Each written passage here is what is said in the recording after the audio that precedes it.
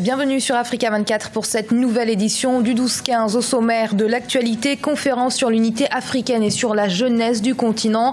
Deux facteurs sans lesquels l'Afrique ne pourra pas atteindre ses objectifs de développement durable. Mais s'il y a bien un secteur à développer en priorité pour un continent prospère, c'est bien évidemment l'agriculture, un segment encore trop délaissé par les pays rentiers qui ont jusque-là préféré investir en masse dans leur secteur minier. Et la Côte d'Ivoire a entrepris un large programme de construction de logements sociaux. 11 000 seront livrés très prochainement. Une conférence sur l'unité africaine et sur le rôle de la jeunesse a réuni de nombreux acteurs ce samedi 3 décembre à Paris. La rencontre aura permis de réfléchir sur les perspectives de développement du continent et les limites des politiques mises en œuvre jusqu'alors. Pour les initiateurs, il est question de repenser la façon d'agir et d'impliquer davantage la jeunesse dans les engagements continentaux. Ousseynou Gueye et Deo Gracias Kodo.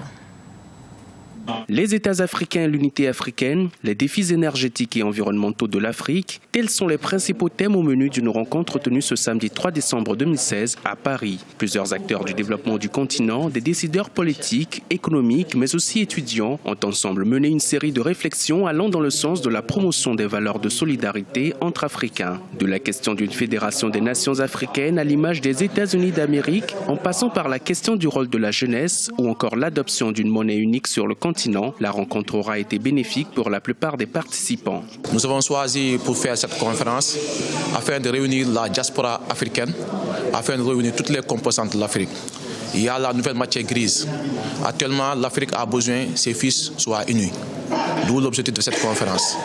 Nous avons convoqué toutes les composantes pour discuter à cette date historique, pour montrer à l'humanité qu'il est l'heure que l'Afrique soit unie. Pour certains analystes, l'Union africaine en tant qu'organisation a aujourd'hui montré ses limites. Entre difficultés économiques, administratives et politiques, il serait temps d'associer également les peuples africains aux défis du développement de leur continent. Depuis plusieurs années, les conférences et autres rencontres des chefs d'État et des décideurs politiques se sont avérées peu concluantes. Le problème aujourd'hui des États-Unis d'Afrique, c'est que c'est une demande forte des populations africaines, des sociétés civiles, des partis politiques, des mouvements de femmes, des mouvements de jeunes. Mais l'un des principaux obstacles, je pense que c'est un obstacle politique. Il n'y a pas véritablement une volonté politique pour affirmer que les États-Unis d'Afrique, c'est possible. L'Afrique aujourd'hui est devenue une terre des grandes expérimentations sociales, culturelles, économiques et technologiques. Et en fin de compte, on ne tire pas un meilleur parti de cette Union africaine. L'Union africaine doit être dépassée. Autre sujet débattu lors de cette conférence sur l'unité africaine, l'autonomie monétaire. Les questions étaient nombreuses en ce qui concerne notamment l'avenir du franc CFA. Cette monnaie n'est-elle pas un frein au développement des pays africains? Pourquoi les dirigeants africains ne parviennent-ils pas à s'accorder sur les enjeux qui y sont liés? Des interrogations qui donnent à réfléchir. En attendant des réactions concrètes et une position claire des leaders africains, cette conférence de Paris se veut un signal pour l'ensemble du continent. L'agriculture, l'agrobusiness, il s'agit là des secteurs identifiés comme facteurs de développement pour le continent. Le potentiel agricole est en effet très important. Mieux exploité, il pourrait nourrir les Africains et leurs voisins. Et pourtant, l'insécurité alimentaire guette. Des efforts ont été consentis par certains pays, mais ce n'est pas assez. Il en faut beaucoup plus si le continent espère atteindre l'émergence. Graziella Tchakounté. Les observateurs sont unanimes, l'agrobusiness est le futur terreau de la prospérité africaine et pour cause, les potentialités sont énormes. Le continent possède aujourd'hui 75% de la superficie agricole non exploitée dans le monde. Mieux encore, il n'utilise que 2% de ses ressources renouvelables en eau. Dans une conjoncture marquée par l'effondrement des cours des matières premières, il est donc urgent d'emprunter cette trajectoire alternative pour une croissance et un développement durable. Si on n'arrive pas à travailler ensemble et si on n'arrive pas, en tant qu'Africains, à essayer de trouver des solutions entre nous, je pense que personne ne pourra les trouver à notre place. L'Afrique, c'est un jeune continent. L'Afrique regorge de jeunesse. L'Afrique, c'est un pays vierge. C'est un continent vierge.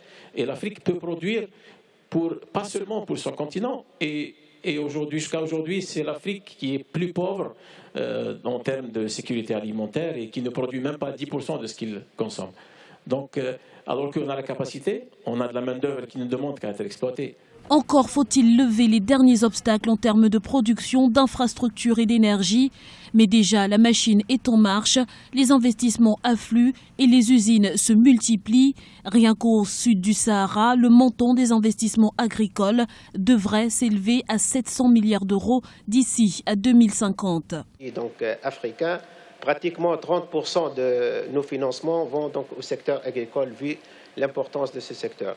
L'approche préconisée par la BADIA, c'est une approche intégrée, c'est-à-dire permettre aux pays dans le cadre des prêts octroyés donc, au gouvernement africain, dans le cadre des projets de développement agricole, c'est d'améliorer la production. Pourtant, l'impact sur la réduction de la pauvreté reste moindre. Les gouvernements africains devront procéder à une refonte de leur politique agricole pour profiter pleinement du potentiel de l'agro-business.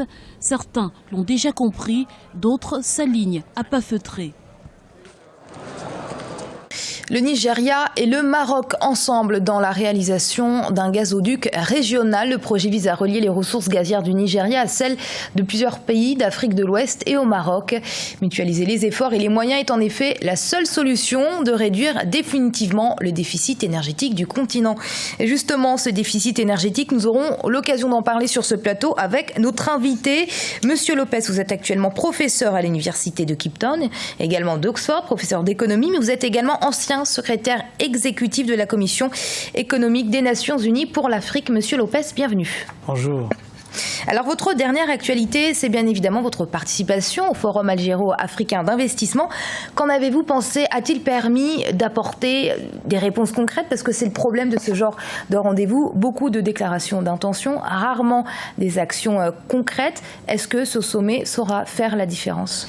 Je crois qu'il y a une prise de conscience. Il y a beaucoup de réunions de ce genre qui se réalisent actuellement en Afrique, mais de loin, le Forum d'Alger était celui avec la plus grande participation. Et je pense qu'il y a une prise de conscience aussi du fait que l'Afrique devient plus attractive du point de vue de l'investissement. Elle est la deuxième région après l'Asie du Sud-Est, mais pas suffisamment. Donc on a besoin de beaucoup plus de capitaux. Et donc si on veut vraiment entrer dans le processus d'industrialisation, on a besoin de beaucoup d'apports externes et notamment d'apports en capitaux. Alors vous avez quitté récemment la Commission économique des Nations Unies pour l'Afrique. L'Afrique est en plein développement, mais certains pays sont plus à la traîne que d'autres. Il y a beaucoup de disparités. Le retard de certains pays est flagrant. Vous qui avez présidé cette commission économique, quelle doit être la priorité selon vous pour favoriser un véritable développement? Quand je parle de développement, je parle bien évidemment de développement économique et social et surtout un développement inclusif. On a eu de la croissance, une croissance soutenue depuis une quinzaine d'années. On n'a pas eu une bonne période ces 2 dernières années à cause de manque de recettes en provenance des matières premières, mais en général, la performance a été plutôt bonne.